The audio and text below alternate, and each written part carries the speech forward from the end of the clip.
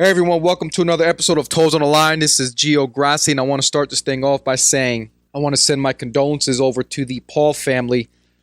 Marcus Paul, who is the head strength and conditioning coach with the Dallas Cowboys, recently passed away last week, day prior to Thanksgiving, and I'd imagine it's extremely hard for a family to lose a member of your family right before a holiday, especially around this time of year when you got Thanksgiving, Christmas, New Year's. This is the time when families really start getting together a lot more after a long, hard-working year. And I know 2020 has been a fuck year and, everyone's been home for the majority of it. But still, to lose someone around the holidays, to lose anyone around any time of the year is terrible. But Marcus Paul is a great man. He wore many hats. I worked for Marcus Paul when he was with the New York Giants in 2017. To me, he served as a great mentor, teacher, and life coach. He always taught me how to look out for myself first, because at the end of the day, your job is how you pay your bills. And although we're in the industry of coaching, and strength and conditioning is where we develop personal relationships with our athletes, he always taught me to hold everyone accountable. It's okay to be friendly. It's okay to be, somewhat buddy-buddy, but not too close or too tight, because at the end of the day, if a guy doesn't do his job and you have to, somewhat rat the guy out to the head coach, the head strength coach, the position coach, whatever the case is, and that player gets pissed at you, Marcus always told me, well, guess what, Gio? This is my job. This is how I pay my bills. But it was just very sad. It was a difficult time, difficult day last week. A close friend of mine broke the news to me, and it was just sad for the strength world. But rest in paradise, Marcus. You were a great man to many people. So on today's episode, I have Isaiah Covington on, and Isaiah is a Delaware State guy, just like myself. Us MEAC guys, we always find a way to move on in life and find greater and bigger and better things, man. You just, I don't know. To me, it's a lot of HBCU guys get out there, man, and we meet people, we do great things, and we move on to these great ventures in life. And Isaiah right now is the head strength and conditioning coach with the Santa Cruz Warriors, and is also an assistant strength coach with the Golden State Warriors. So once the G League season is completed, he goes on and assists with the NBA season at Golden State over there in California. And Isaiah is a Philly guy, big Eagle fan, and he has his bold prediction at the end of the episode about who wins the NFC East. I still think it's the Giants, but anyway, we're not going to talk about that right now, because it's not looking good with a division playing with backup quarterbacks. And although Carson Wentz is the starter in Philly, he is not playing well behind a very poor offensive line. And, most of it's due to COVID purposes, guys holding out. Another thing is injuries and aging offensive line, so it kind of sucks there. But let's not talk about that. I want to talk about, what events are going on in my life. Shoot, I don't know, man. People always ask me, Gio, talk about events going on in your life. I'll tell you what's going on in my life. My father-in-law broke his damn leg a couple weeks ago, actually fractured his leg. Same as Dak Prescott, right down there by the ankle, which is typically where most people fracture. He's a referee for lacrosse leagues, and he was reffing down in Trenton, New Jersey, and then I remember that morning it was somewhat wet. The dew kind of settled in, and the grass was still wet, the turfs were still wet. He said he went to change direction, lost his footing, and then bang, just, lower leg just snapped in half, got his surgery done. It was successful. So Steve Meyer, you get the shout out on this episode, man, and he's doing well. We're actually down there for the Thanksgiving break this past couple days, my wife and myself. So I was helping him do some paper runs. He actually, I might be saying this wrong, but I believe he started this company. It's called Shore Sports Network, and it got bought out, but he continues to work for the company, where he covers all these high schools in the area: football, soccer, basketball, lacrosse, wrestling, baseball, softball. I might be missing some sports, but he covers them all, and he highlights it. And they write these papers on them and these cool-ass magazines, and I think it's awesome because the kids get exposure. The towns know what's going on with these powerhouse schools, and we know what's going on with the athletes in that area. Who's the star players? Who's the lookout players? Who's these, what do you call them, Swiss Army knife type players? It's pretty dope, man, and I love it, because when I was in high school, I wish they did something like that for myself outside of the Jersey Journal in Jersey City. But yeah, the players get a ton of exposure, and it's pretty cool, and I like it. So I was helping them do some paper runs, dropping them off at the Jersey Mike's around the area. Ain't nothing like a good Jersey Mike sandwich, man. I'll tell you that. Every now and then. Not often. Every now and then. So what else is going on? Oh, yeah. I watched the Mike Tyson fight on Saturday. Let me tell you something. I'm upset because I don't think that was a draw. I think Tyson won straight out. He landed better punches, landed more punches, got the best of Roy Jones, who did not look like he was in great shape to fight. Tyson looked like he was ready to go. But Roy Jones, I don't know if he's still smoking cigarettes because he used to rap about him back in the days. But I thought Tyson won. Now, if they would have fought in 1996, 97, 98, around that time when Tyson was at the end of his career and Roy Jones was somewhat kind of at the peak of his career, I think that would have been a way better fight. I don't think Tyson would have knocked him out. I don't think Jones would have put Tyson. I think that would have been a draw in the late 90s if they fought then.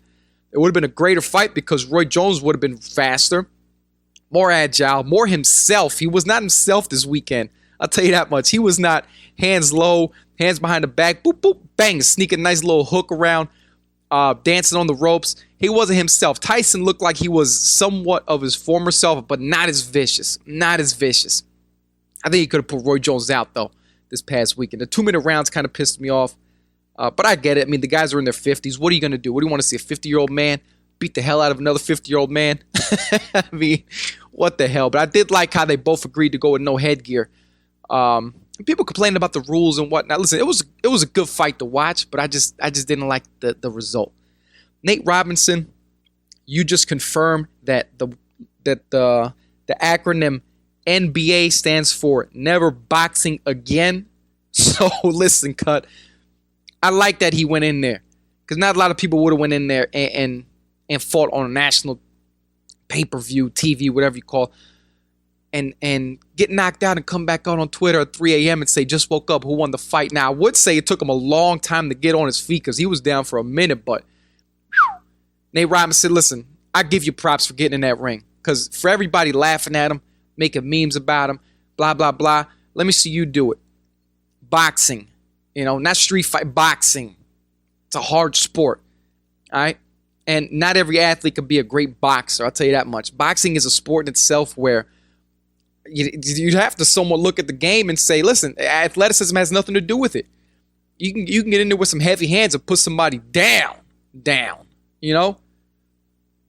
But you can get in with some fast hands and lightning strike, beep, beep, beep, somebody real quick and put them out. But, yeah, good fight weekend. I'll tell you that. I like some of the undercards. The first fight disappointed me a little bit. The guy looked, what's his name? I forget the guy's name. From Uganda. He just looked scared coming out fighting this dude. But anyway, Black Friday was a disaster. I went to Walmart to get some deals that I saw. And when I get there, I'm asking the lady, hey, this is not on sale? Did I miss the sale window? And she says, oh, no, all our sales are online only. And I said, wait, but you can't price match that in the store? And she kind of gave me an answer that, she seemed unsure. I didn't want to blame her because she's not the one putting the sale prices out there. She's just working and doing her job. So I kind of, said, oh, that's a bummer. Walked out with nothing in my hands. I was a little upset. Walmart, you should have marketed more online only with the sales, man. Come on. And that shut me down. I didn't go to Target. I didn't go nowhere. And I'm trying not to shop on Amazon no more because it's such a mega giant. And my wife and I agreed, let's not shop Amazon no more.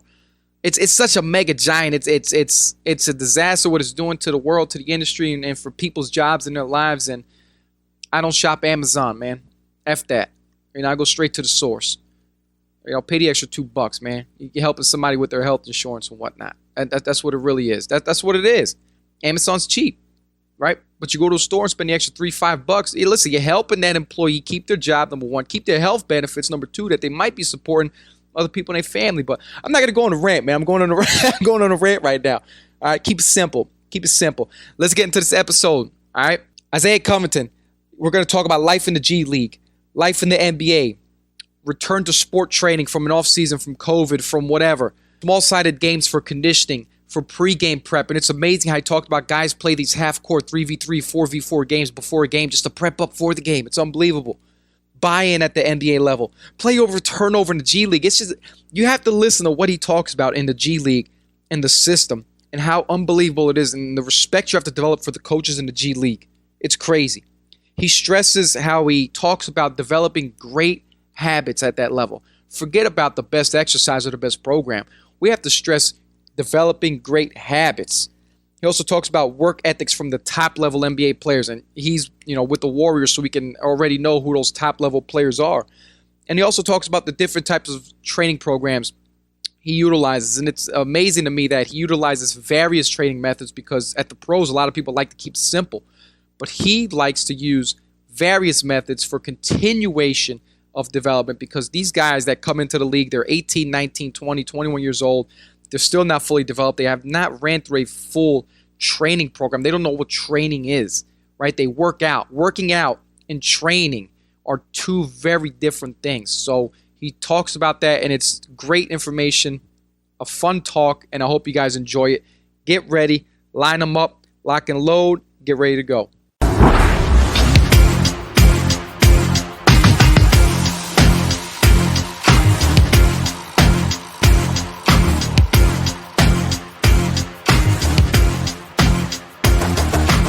Welcome to the Toes on the Line podcast. I'm your host, Gio Grassi. Today I got my man Isaiah Covington, who is the performance coach, sports performance coach with the Golden State Warriors and the head performance coach with the Santa Cruz Warriors. Zay, thanks for coming on. And is it cool if I call you Zay? Yes, sir. Yes, sir. That's cool. All right, that's how I like to keep it, man. I like to keep it funky, very irrational. And I don't like being too professional on this thing, because this is just my zone, baby. For sure. But hey, thanks for coming on, man. Thank you for having me, man. I'm really excited for this, and I'm ready to get it started. Let's do it. Yeah, man, let's do it. And be honest, you're the first basketball guy I'm bringing on here, so you're gonna have to do a lot of talking about how the NBA was, the G League was, and stuff like that, because I feel like no one knows anything about NBA strength coaches or basketball strength coaches at the professional level in general. The lifestyle you guys live, the lifestyle of the players around you, the organization, and just the day-to-day operations, because you guys play 82 games. You guys are basically all out 7 days a week for what, about 7 months, 8 months of the year? Yep, absolutely. Yeah, so that's heavier than football, which is 4 months if you don't make the playoffs, 5 if you do, which ain't that bad. Zay, take some time, man. Just let us know how you got to where you're at now, man. Sure. Yep. So I started out in undergrad. We're actually both fellow Hornets, but I went to Delaware State University. Got my undergrad in movement science, minor in coaching, and it was there where I really got my first experience in the field for 2 years, just interning with the strength coach on campus, working with all the, I think, 18 sports that we had. So, it was a good opportunity for me to kind of just get my hands dirty, learn, grind. And from there, I kind of knew that I wanted to make this a true profession. So from there, I knew I needed to get a master's, and I knew I still needed more experience. So I was able to attend LIU Brooklyn and get my master's in exercise science with a specialization in strength and conditioning nutrition. I was also able to serve as a graduate assistant in the sport performance department. So it was kind of like the best of both worlds in that sense. Being able to practically learn. I had my own 2 teams when I got there. I worked with women's field hockey and lacrosse, and all the GAs assisted with basketball. That was the main sport. So I did that for a year, and out of nowhere, I was able to get an opportunity with Indiana Pacers as a seasonal intern for the full season while finishing my second year of grad school online. And it was really there where I was like, okay, yeah, I definitely want to stay in the league. It was an awesome opportunity. I had a chance to work under Sean Wendell, who's amazing, still a mentor to me today, and the whole medical staff. They're class act organization, and I just had a really, really great experience there, and which led me to where I am now with the Golden State Warriors organization. Serving as the head performance coach, like you mentioned, for the Santa Cruz Warriors, and assisting with Golden State, and what that kind of looks like for 6 months out of the year, from I guess you could say October to April. I'm the head performance coach for Santa Cruz, and then from April, I guess, to the following October, I am an assistant with Golden State, and my first year was great. I had opportunity, just to help out with the draft. When prospects came in, taking them through testing and things like that, and being able to go to summer league and assist with training camp. So just still having an opportunity to learn while still running my own program down in Santa Cruz. So that's where I am. Just wrapped up year 2 pre-COVID. And so I'm going into my 3rd year now with the organization, and, just trying to get better and better every year.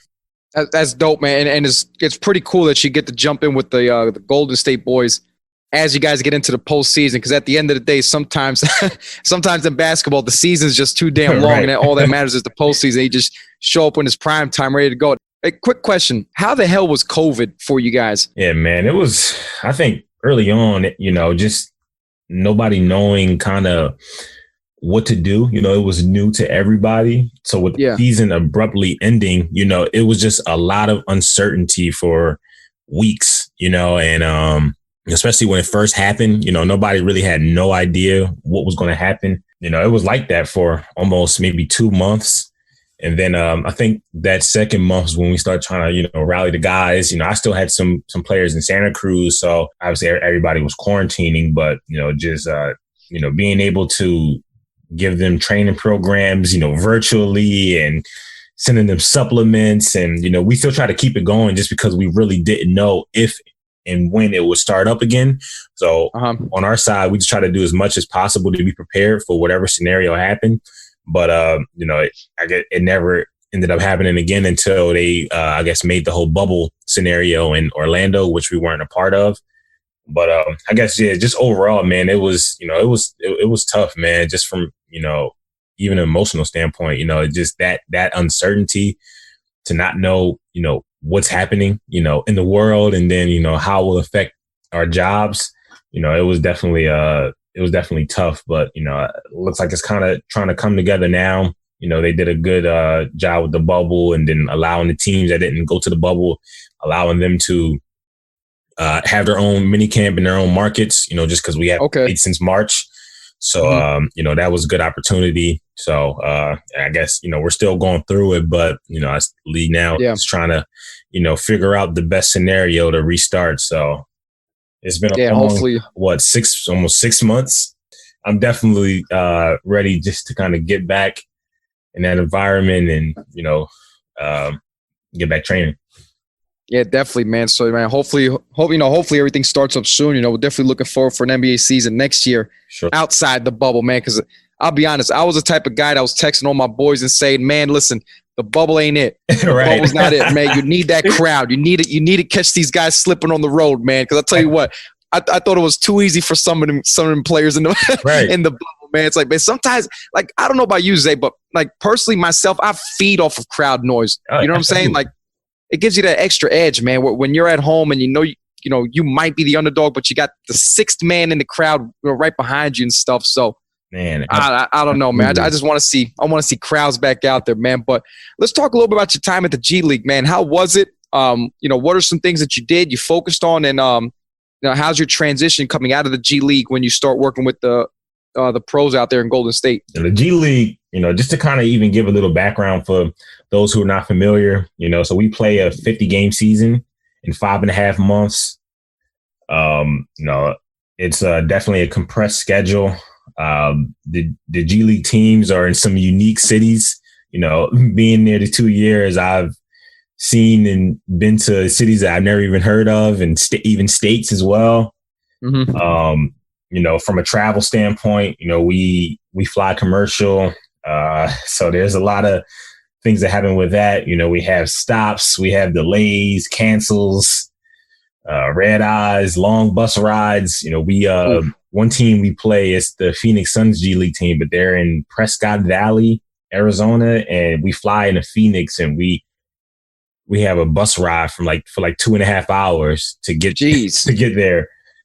So that's definitely a G League for you. Some teams that are in the Midwest, I know they bus everywhere, so they get the big sleeper buses and they bus everywhere.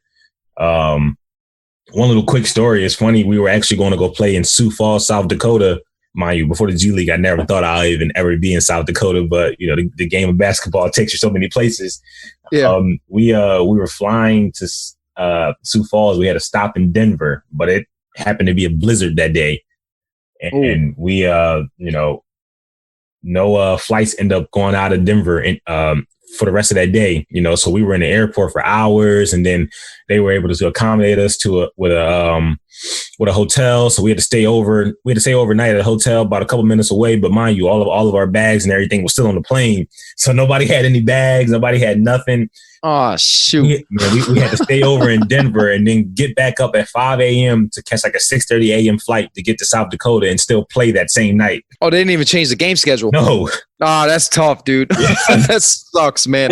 Yeah, man. So, that is definitely the G League for you. From a roster standpoint, we have 10 G League players that are designated as strictly G League players. And then we can have up to two-way players. So what that means is the two-way players, they get to spend 45 days with the main club. And then out of the other 45 days, they're with the G League team.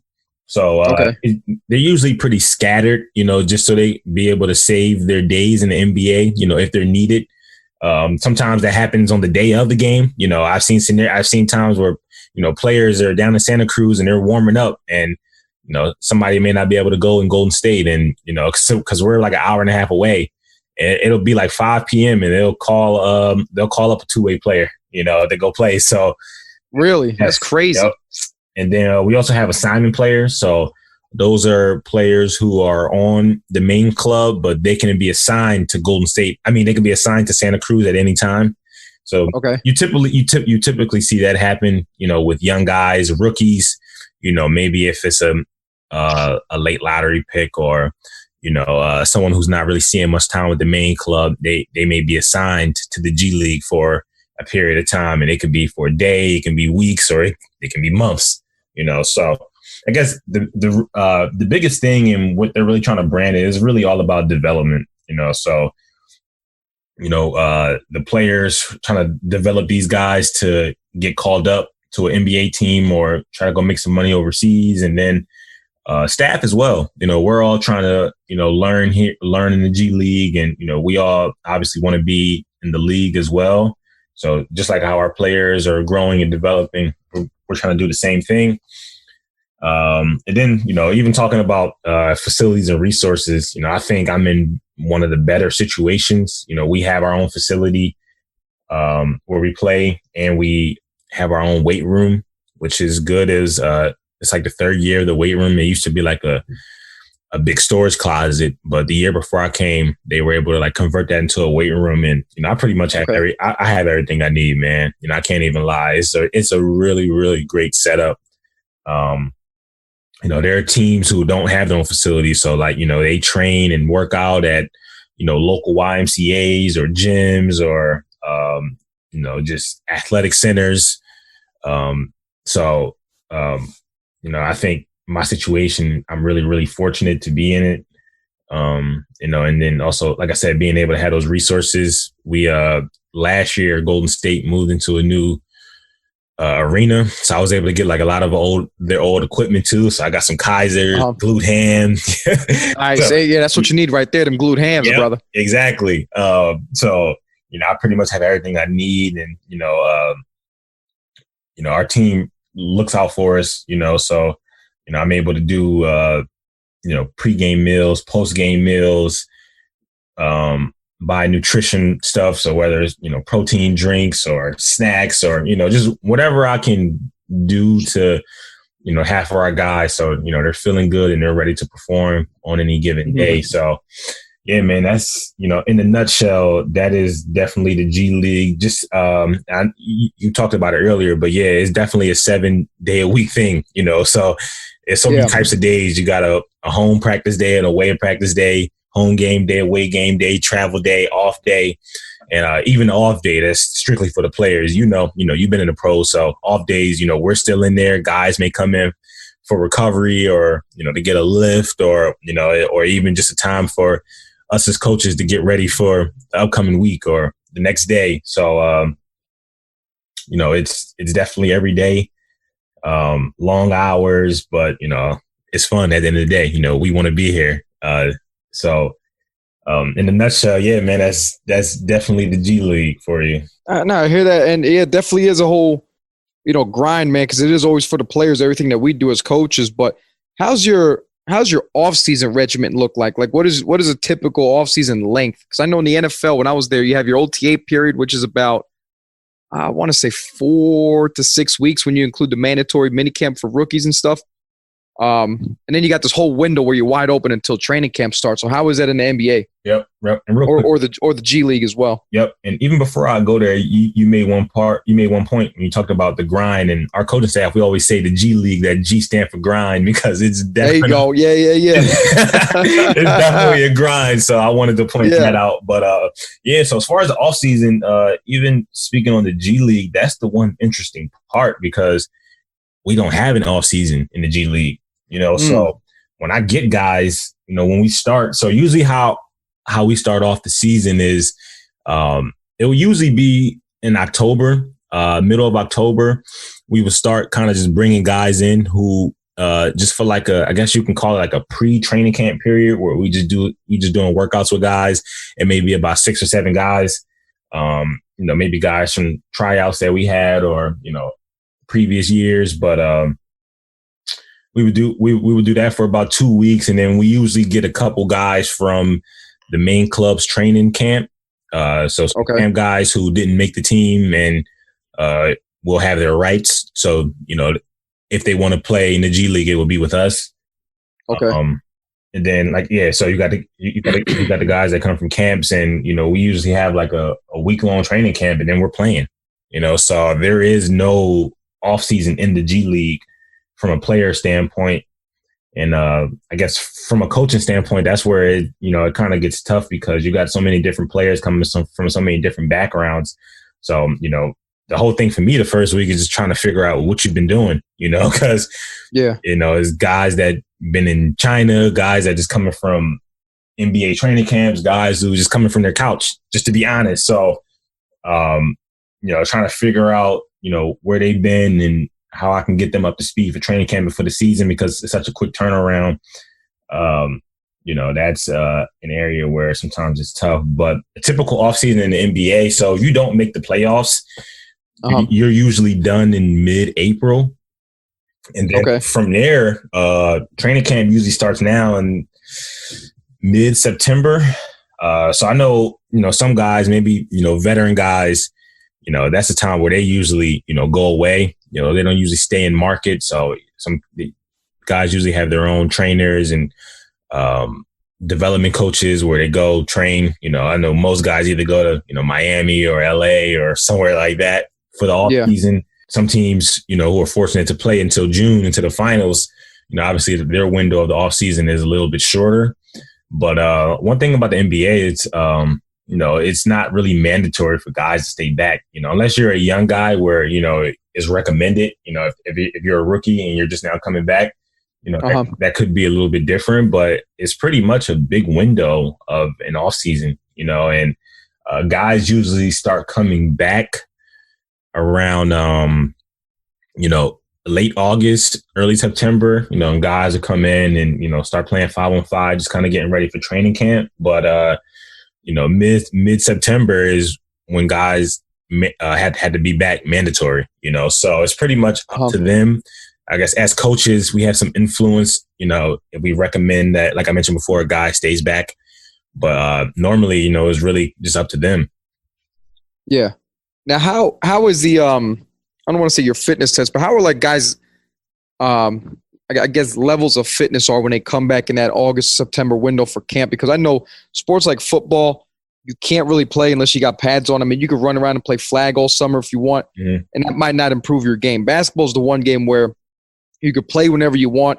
You don't need players around you to play. You could, take your shots and make them there in practice. So I'm just curious, like, what's your guys' level of fitness like when they come back? Like, are they pretty much up to par? Are some guys down, some guys up? Is it more individual based depending on what they do? Yeah.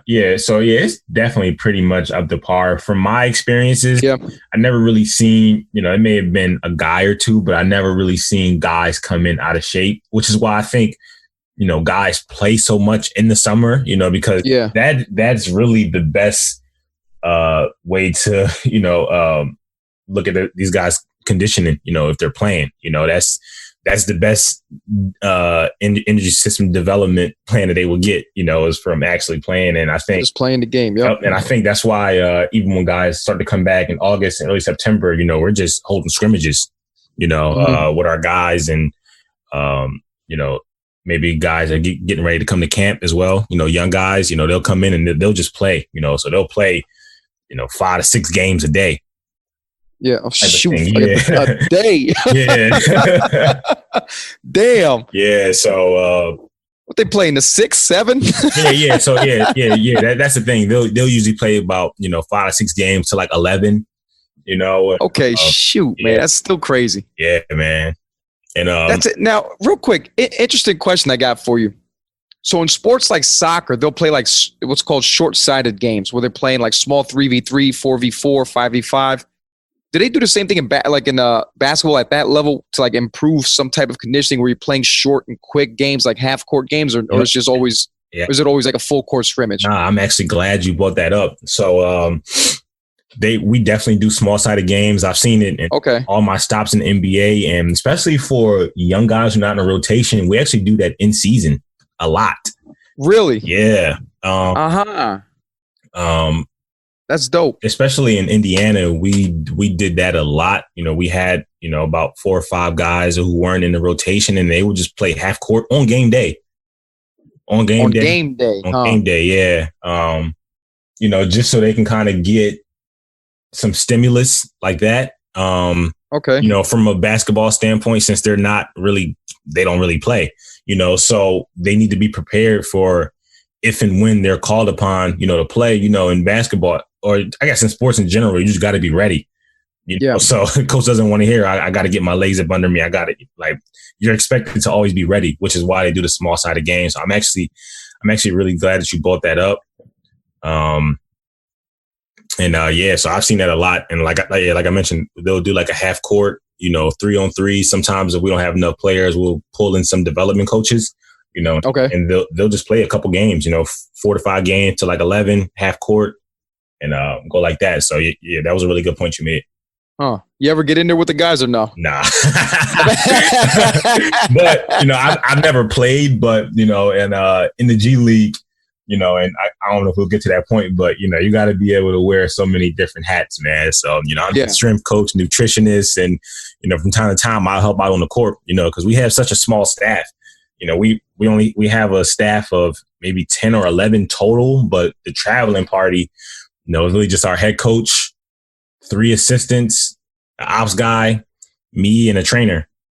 So 7 people. And so, it's times where I'm just needed in practice, even just to be a decoy to stand somewhere, or, run, walk through an action just to kind of, help out where I can, or, and obviously always rebounding, everybody helps rebound. So, I'm not the biggest basketball guy, but, being around it for 3 years, I've definitely learned a lot mentally and physically going through it. So, now that's dope, man. Yeah. Now, comparing that lifestyle from the G League, how was lifestyle in the NBA when you get there for like late season, postseason?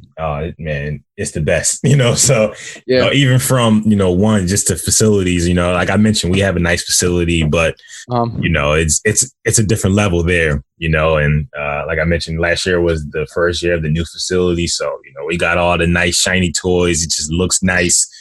I don't really travel that much with them. But, even the travel is better. They, travel privately, private plane, 5-star hotel, per diem and everything like that, so it's really nice.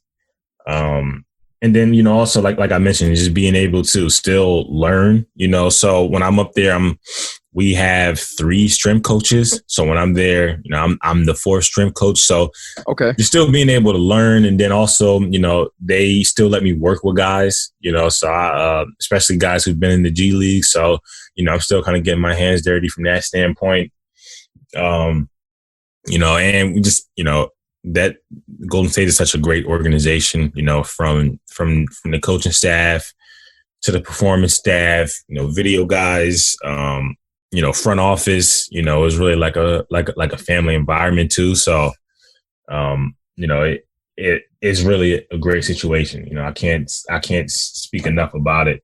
And it's just, it's a winning culture, and I can feel it. A lot of people talk about, just having good guys in the locker room, and, that makes for success, besides on the court, and, being there with these veterans and these guys my last 2 years. Like, I just had an opportunity to really see how that can affect the team in a positive way. So, it's nothing like working with good guys. So, I hear that, man. It's definitely great. It makes it a lot easier too. Yeah, I bet it does, because when the players are sold and the organization's behind everything that's going on, I feel like it's easier on everyone's job versus when there's chaos and disgruntled players. You're like, fuck, you got to make this guy happy. Yep. With the coaches demanding X, Y, and Z from the GM because he doesn't have his players, and then this guy wants a new contract. So yep, exactly. I feel like the Warriors are that one team where, like, over this last 8 years, this last decade, like, you don't hear nothing bad about them. It's just all good, great things coming out of there, Right, absolutely. That's pretty good, man. But real quick, so go back to the G League real quick. Now, I don't know, this question just popped into my head. What's your player turnover rate like? Is it high, or is it like? Oh man, I'm actually pretty standard. Yeah, I'm really, really glad you brought that up. So my first year in Santa Cruz, we didn't really have any call-ups or anything. We had at the end of the season, our last week, our center got called up to the Atlanta Hawks. And then so guys can get called out to another team. Yeah. Okay. Yep. So that's pretty much how it works. So we any player can get called up from any team at any moment. Okay. Usually starting in January, they start doing what they call 10-day contracts, where a team will just call you up for 10 days.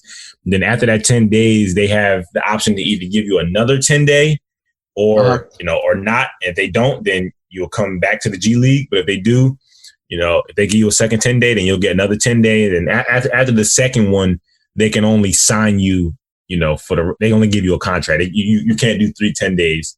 So that's how that works. But going back to my first year, so we had one call up, and he ended up getting a 10-day and a second 10-day, and then they end up keeping him.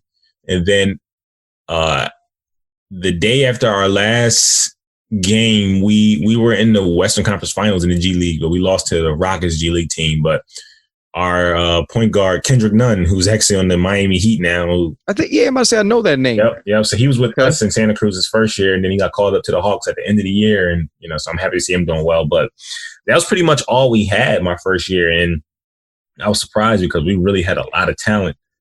But, it's tough. It's, I think, 28 G League teams and, so many other teams with talent too. So, it gets like that. But last year, man, I never seen nothing like this, man. We had over, I want to say 22 roster transactions. Damn. Yeah, man. That's the thing. You don't even hear about that shit. Like, the NFL doesn't even have 22 roster transactions in a season. Right, bro. I'm so glad you actually brought this point up, because I actually wanted to speak about this. Yeah, man. I've never seen nothing like it, man. It was to the point where I think it was like twice where we brought guys in on the day of the game. Like, wow, that's insane. Bro. That just sounds insane. So remember I told you about, I talked about the whole Denver trip, right? Yeah. So I forgot to mention this part. So it's the trick. This is the day of the trade deadline. And so Golden State made a bunch of trades, and, they traded away a lot of guys, and they needed some guys. So I think they end up calling up 3 or 4 of our guys while we were at the airport. So these guys got a flight right back to San Francisco as soon as we landed in Denver, and they was able to get out, luckily. But so we only had 5 or 6 players. So we end up calling up a player to Sioux Falls, like on that same day. That next day when we got to South Dakota, we called him up, and we played that game with 6 or 7 people. That's insane, man. It was crazy. But yeah, man, last year I've never seen nothing like it. And then, even our, we didn't really have a lot of our two-way players because, we had a lot of injuries in Golden State last year. So they had to use our two-way guys. Same with our assignment guys. They were coming up and down. So yeah, last year was definitely a season to remember from a roster turnover standpoint. Man, I've never seen nothing like it. Yeah, no, that sounds insane, dude. Having to sign guys the day of the game. Holy shit. Day of the game. It's that's insane because, like, I know in the NBA, I think from what I mean, listen, I'm not a basketball genius. I play basketball. I never played organized. But from what I understand, one guy could take over a whole fucking game, bro. Right. Now, I don't know if you signing a guy the same day is a good or bad thing, but you've been there, you've witnessed it.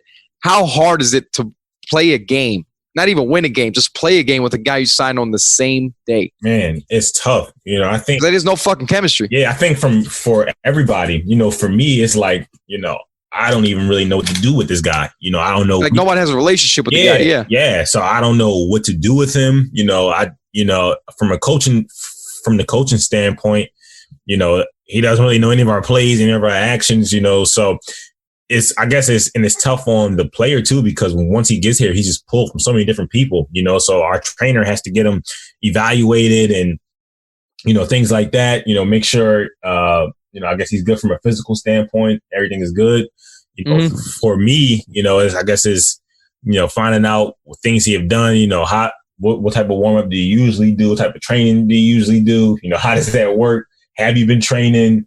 Yeah, like I said, the coaches, they're trying to, teach him the play, teach him the actions. Our front office is trying to make sure that he, is checked into his place to stay and, everything. So it's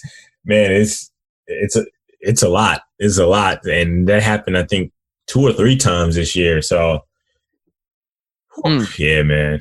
That's crazy. That's tough, man. But going off that, like getting a new guy or, getting a rookie, flat out in general, what is, put it like this, what are some flaws you see with these incoming players, or basically like an incoming freshman kid coming out of college or high school for that matter, or some other league across seas? What are the biggest flaws you think you see or notice in the weight room with these guys, or just in movement patterns in general? Yep. Yeah, I think that's a great question. I think number one is, one of the flaws is, I guess there's something that they will learn as they go on, but really just knowing their bodies. Sometimes these young guys, they kind of go off, they just go off instincts. They've been playing basketball all their life, but once you get to the professional level, I just think it's a certain way you need to prepare. You need to know your body, so you can't just wake up and hoop. Once you get to this level, if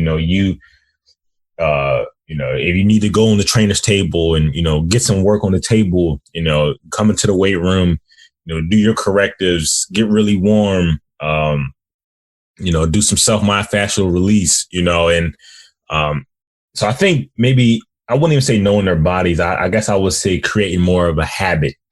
Okay.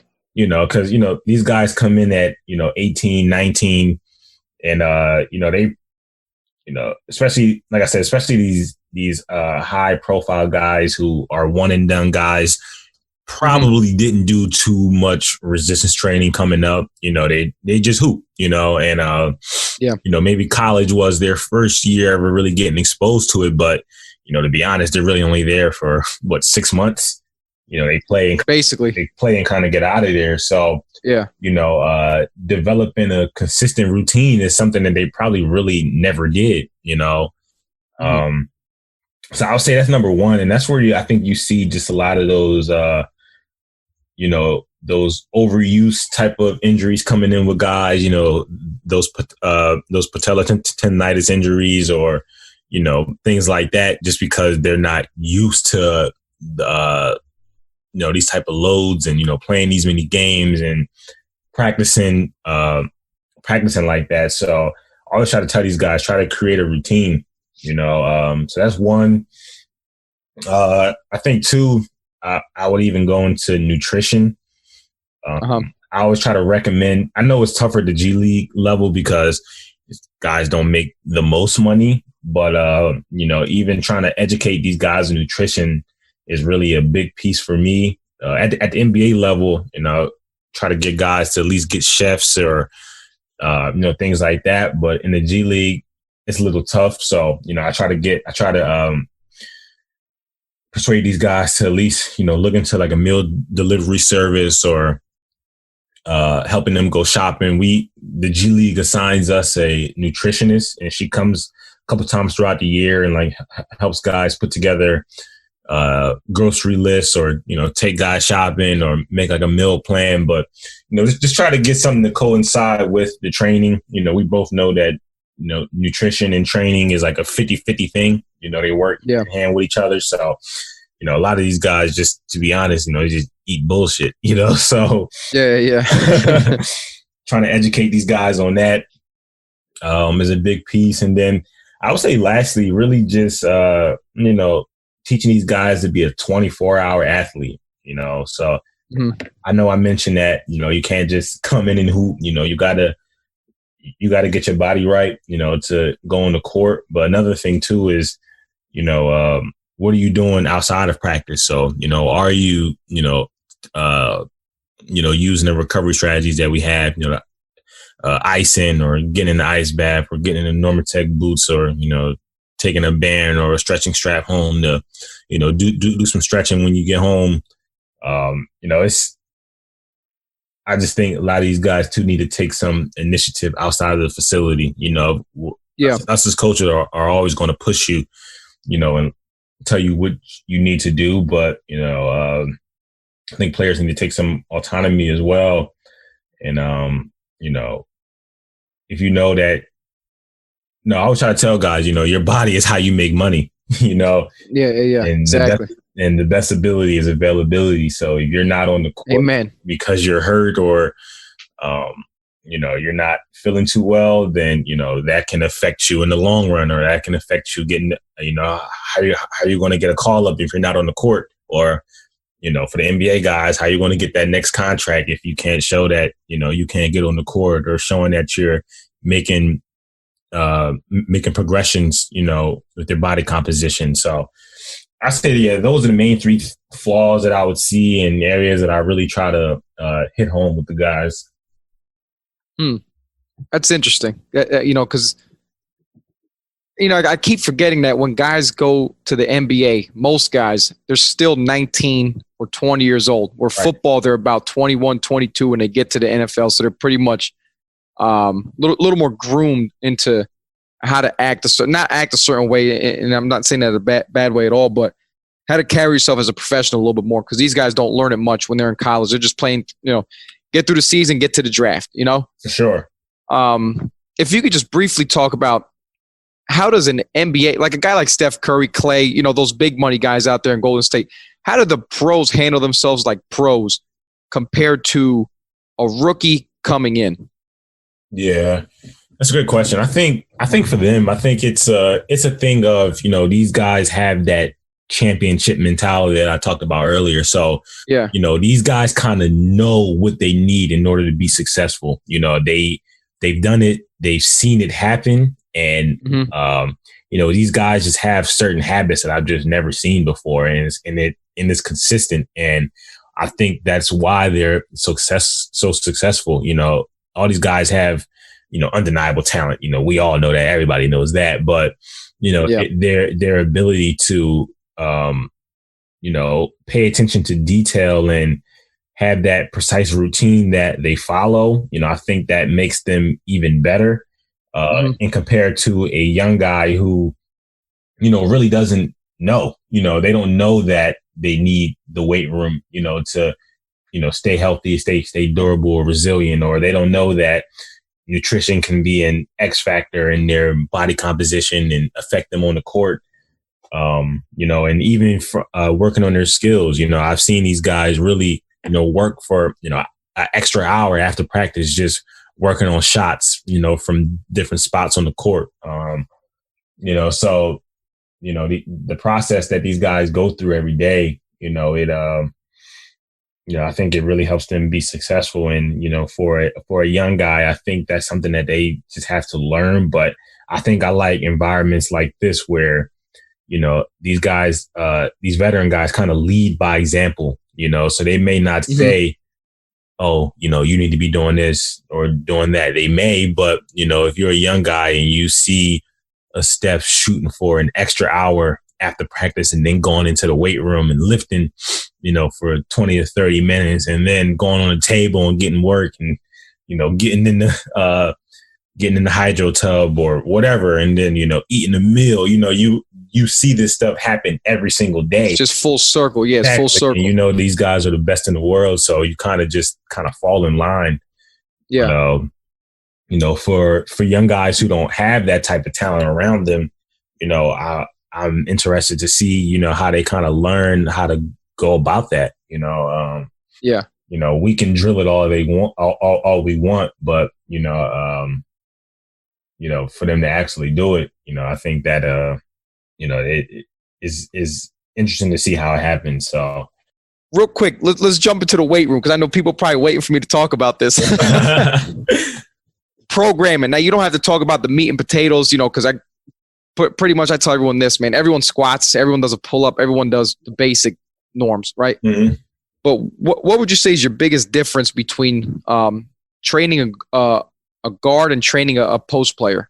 Or what do they call them in basketball? Do they call them like big and skilled? Or we usually call them smalls and bigs. So okay, your smalls would be your point guards, shooting guards, maybe a 3, wing, and then the bigs would be more of the power forwards and centers. I guess I would say the biggest difference maybe in training is, I guess I don't really train them in a different aspect, to be honest. I mean, each player has like an individual program, but, if I were to do that, then I would probably train, the guards, depending on who the athlete is though. But I guess it would be maybe more explosive training. So I'm real big on potentiation circuits, since I don't really have a lot of time with the guys. And during the season, I want to keep that explosiveness up, so explosiveness, potentiation circuits, French contrast, and just kind of keeping everything high intensity, low volume. Whereas, a big, obviously needs to be strong to play in the post, so I'm trying to increase his max strength, but I'm also trying to increase too his strength, speed, and speed strength, because, as a big, you're getting a lot of rebounds. So, you got to be able to, jump repeatedly as well. So yeah, he needs to be explosive as well. Mm-hmm.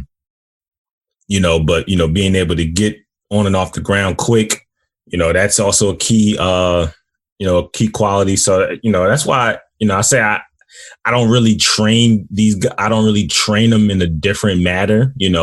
I'm trying to get everybody stronger. I'm trying to get everybody explosive. I like to work in, deep ranges of motion, depending on where we are in that week as well, so, yeah, sorry if I didn't answer exactly, but that's fine. And it's good that you dropped, some of those concepts like the French contrast and stuff. Cause, I find it interesting that, that you would use those methods at that level, because I always thought that at a higher level people kept it a little more basic, because it's almost like you don't want to mess up the quote unquote stock price of the stock, Yeah, but that's good. It sounds like you're still trying to enhance qualities at that level. Yeah, yep, exactly. And like I mentioned too, it's really hard to have a lot of time with these guys, and that's why I'm so I love these different specialized methods, because, of the time I have, how can I get the best bang for my buck? So, if I'm doing the potentiation circuit, just for example, let's just say I'm doing like a heavy trap bar deadlift. I may only do, 2 to 3 reps, of the trap bar, and then, maybe 2 jumps like that. And I would, that's where I would do maybe pregame, so I'm really big on pregame and postgame lifts as well, depending on who the athlete is. And, that. How early is your pregame lift compared to the time of the game? Yep. So we usually do it in groups. So our games are usually around 7:00. So the first group would be like the bigs. So they will come in from like 5 to 5:20. And Oh then, shit. Okay. yep. And then our next group would be, the wing. So they will come at 5:30. And then our last group is usually around 5:45, 5:50, and that's the guards. So Okay. after they see me, they go onto the court with the player development coaches, and they go through their normal routine like that. So, but sometimes, because it's a long gap, with the bigs, they may come in, go on the court, but then they're kind of sitting down for another hour. Okay. Because they're already done. So sometimes those guys will come in right before they go out in the tunnel and come get a quick, a quick lift in, quick 1 or 2 sets of their work. But, it's more so just to kind of turn the nervous system on. It's like an extended warm up. That's what I was thinking. Yeah, like a primer, right? Yeah, more. Yep. So it's more so just like a primer, and like I mentioned, that's just an example. I would do like a trap bar, a jump, and a med ball slam just to kind of get these guys feeling explosive, feeling good, and ready to go out there. And that may be like 1 or 2 sets. And then I last year I started doing like the post game lifts. So if we have a day off the following day, I'll try to get as many guys as I can in there for the post game lift, just so they can have that whole day off if they don't have to come in for treatment or anything, and we can really use that day for recovery. So it was pretty good. I had a good turnout this year from it. That's something that I'm still, just still looking to improve, and, how can I make it better? It's tough because, in the G League, it's, especially if we're on the road, I don't really have access to a gym. So, it's kind of hard to do it consistently, but if we're at home, I try to get as much as I can, so just trying to find, maximal adaptation with the least amount of stimulus. Yeah. Just trying to keep these guys fresh and peaking throughout the season.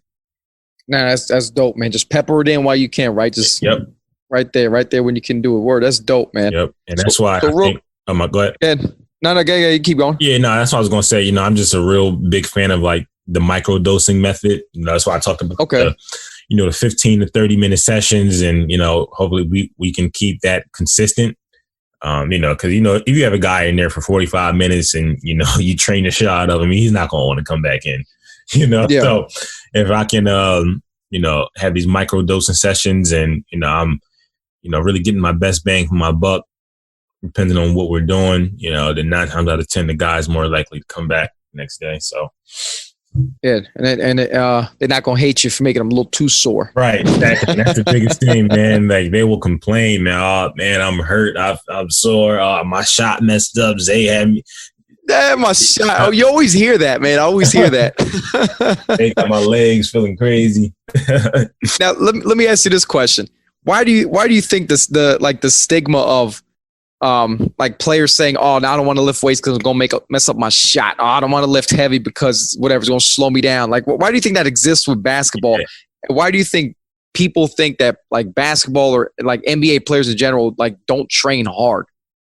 Yeah, I think one is, I know a lot of these guys are superstitious, like really, Yeah. So I've seen it happen where guys be like, "Oh man, my shot was off. I was lifting too heavy." A guy literally told me I was lifting too heavy and my shot was too strong. Then I've also heard like, back it up, man. Shoot from the fucking half court, right. Then, bro. Then I've heard things like, "Oh man, I had an orange Gatorade and my stomach was hurting and I didn't play right."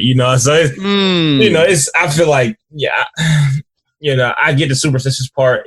Sometimes it kind of just feels like excuses for a bad performance. Hey, real quick. Sometimes it'd be like, "Hey, man, I was just off the That's it." I'm not gonna lie. I'm all in on that Gatorade superstition because I feel like the orange Gatorade give me the most juice, man. Yeah. That's just me though. Right. Or that's dope. But hey, Zay, man, appreciate you for coming on today, man. This was fun to share some great information, some stuff I never really knew about. So you pretty much educated me on the G League and the NBA system, which is pretty dope, man. Sounds like, it sounds like what you guys do is far beyond what they talk about or what they think about NBA players and G League players go through on a day-to-day basis. So I appreciate you sharing all that stuff with us, man. Yeah, for sure, man. Thank you so much for having me, Gio, man. This was awesome. And, I really appreciate it. And, I'm looking forward to, seeing you continue on with this podcast and, making it bigger and better. So, I'm really appreciative for you having me on here. Nah, man, thank you, man. You being the first basketball guy to break the ice, I think you pretty much set the standard for the next guy that comes on. So, Absolutely. Real quick, last question before I let you go, man. If you weren't coaching right now, what other career would you be in? Oh man, great question. Probably somewhere in the entrepreneur field. You know, I still think in the strength and conditioning and fitness realm, but you know, I'll probably in the entrepreneur field. I don't know exactly what, you know, that is an area where, you know, I still want to eventually get to. You know, I know I won't be doing this forever. You know, being able to, and I'm just real big on ownership myself. You know, so that probably would be what I would be doing, and I probably will be doing it years from now. So, you know, hopefully maybe a couple years from now, we ever get back on, I may be even doing it. So.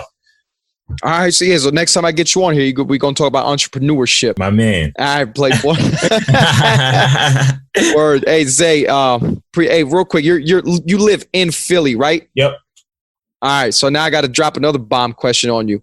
Who's winning the NFC East, man? The Philadelphia Eagles, man. You think so? Yes, and we will host a home playoff game and upset whatever team that is.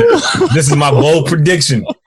I'm predicting it right now. So when we do this, I hear Siri in the background. Sorry, I don't know what you're talking about. So when we do that, we're glad to make sure we play this back. The division is definitely wide open. Yeah, man. But Zay, man, again, thank you for coming on, brother, and I appreciate everything, man. Sure, brother. Appreciate you.